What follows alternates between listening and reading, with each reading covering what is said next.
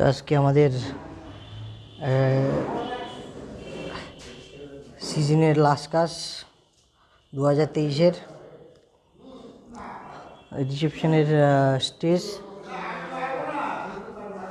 এরপর আবার কাজ শুরু হবে 2024, নতুন বছর।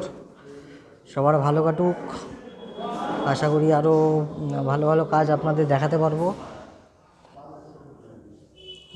ভালো ভালো কাজ দেখার জন্য অবশ্যই চ্যানেলটিকে লাইক, সাবস্ক্রাইব এবং কমেন্ট করবেন অবশ্যই।